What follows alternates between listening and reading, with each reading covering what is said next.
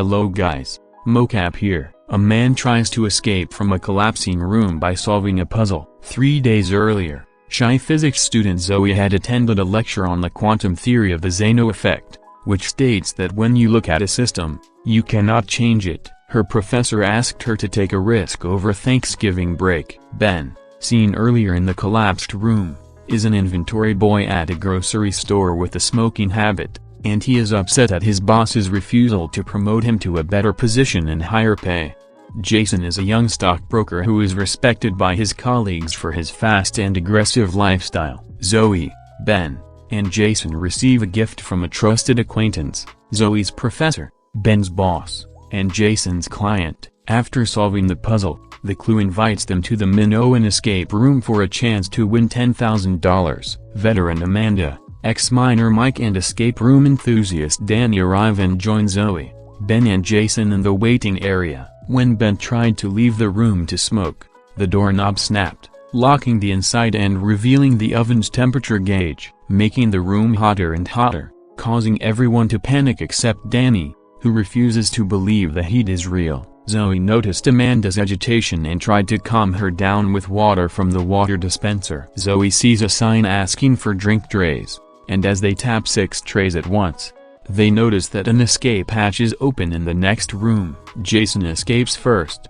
followed by Mike and Amanda, while Zoe realizes that a glass filled with water can hold the ship's tank long enough for her to escape the room. Ben and Danny rushed to cover all the coasters with glasses until there wasn't enough water after Amanda had drunk earlier. Ben pours his flask into the last glass and the two escape just as the room bursts into flames. At the mountain cabin, everyone but Danny grows increasingly concerned about the game's authenticity. Cameras in every room don't help when the team needs help. To open the hatch, Jason searches for a 7-letter word connected to "you will be named." Ben remembers driving with his friends and singing Rudolph the Red-Nosed Reindeer shortly before the head-on collision. Ben gave Rudolph the code and the group went out into the frozen stream with the hatch and windows locked. Jason searches the area and finds a door that needs a key, while the others find a compass, a fishing rod, a magnet, and a nice fishing hole. The group finds a key encased in ice.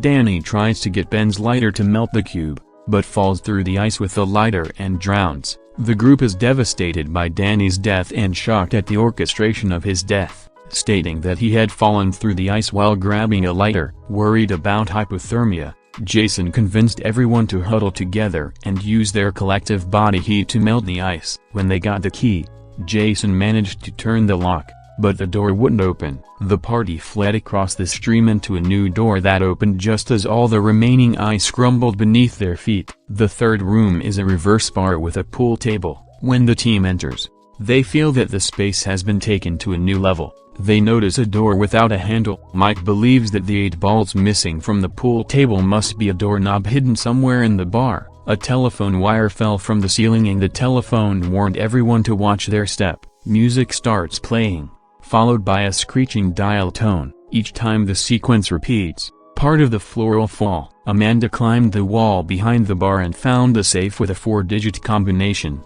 The group found the number they needed in a sliding puzzle, which Zoe solved, but couldn't open the safe. Zoe briefly loses consciousness and remembers the plane crash where she was the only survivor and everyone was strapped into their seats while she had her head down. Zoe asks Amanda to enter the numbers in reverse to replicate the conditions of the room. Amanda managed to unlock the 8-ball, but was unable to safely crawl through to join the team. Amanda sacrificed herself and was able to throw the 8-ball at Jason as he fell to his death. The group enters a hospital ward with the same beds each player received after being declared a sole survivor. Zoe survived the plane crash. Mike was the only miner saved from the landslide. Ben, all my friends were saved. He was killed after a DUI, only for Jason and his college friend to be recovered by the Coast Guard after their boat capsized in cold water. The team learns that Danny's entire family died of carbon monoxide poisoning and that Amanda was the only soldier in her unit to survive a night explosion in Iraq.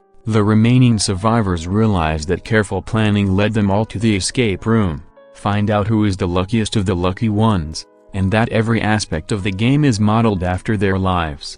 The group had only 5 minutes left to live unless they succeeded, the telecast said. When that time comes, The room will be filled with gas. Jason, Ben and Mike find an EKG machine to determine the best heart rate to go to the next room. Zoe wants to outwit the game's producer and uses the idea of the quantum Zeno effect to disable all the cameras in the room in hopes of finding a way out. Believing that a high pulse could save the group, Jason accidentally detonates Mike with a defibrillator several times, killing him. As the gas begins to seep into the room, Jason hooks up to an EKG and allows the gas to slow his heart rate below 50 beats per minute. A passage to the next room opened and Jason and Ben fled, but Zoe refused to follow and presumably fell to her death after disabling the last camera.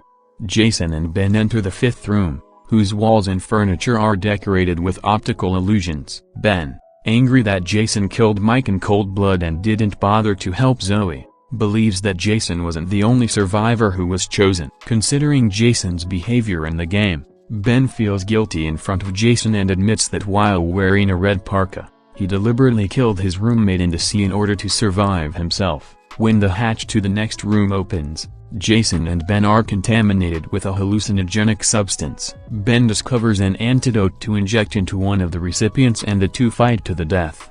Jason broke Ben's leg, but when Ben kicked him into the corner of the table, Jason died on impact. Ben fled to the last room. The final room returns to the opening sequence of the film. Ben manages to contain the flames in the fireplace and use it as a narrow space to avoid being crushed. He appears in the final room and is greeted by the game master who designed the escape room. The game master explained the purpose of the game and revealed a consistent theme of selecting participants and then placing individual bets on the winner. Ben wishes he could walk away victorious now, but the game master tries to kill Ben to prevent the game's secrets from being revealed. When two cleaners enter room 4 to remove evidence, Zoe fakes death, incapacitates them and escapes. Zoe manages to save Ben and the two kill the game master and escape. Ben and Zoe were treated for their injuries, but when Zoe and the investigators arrived, all evidence in the escape room had been erased. 6 months later, Zoe pinpointed their geographic coordinates from the Minoan escape sign and convinced Ben to fly with her to Minoan escape headquarters in New York. What they don't know is that the architects of the game have gone ahead and planned to turn Zoe and Ben's escape into a simulated escape with only a 4% chance of survival by capturing Zoe and Ben in another game. As a movie recap channel, we thank you for being a part of our community. Stay tuned for more exciting content.